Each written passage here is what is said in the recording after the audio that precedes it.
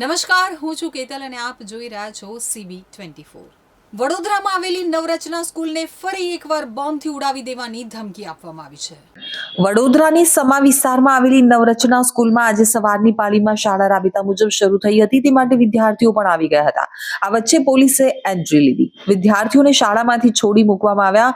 Bomb squad, dog squad સહિત police વિભાગના ઉચ્ચ અધિકારીઓ ઘટનાસ્થળે પહોંચ્યા।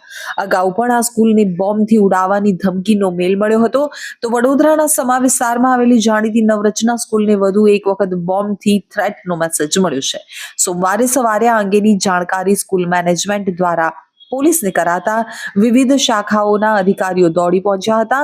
સાથે જ શાળા શરૂ થયાના કલાકમાં જ વાલીઓને તેમના સંતાનોને પરત લઈ જવા માટેનો મેસેજ મોકલી આપવામાં આવ્યો હતો, જેને પગલે વાલીઓ સવારમાં બીજા બધા કામ પડતા મૂકી અને શાળાએ દોડ્યા હતા।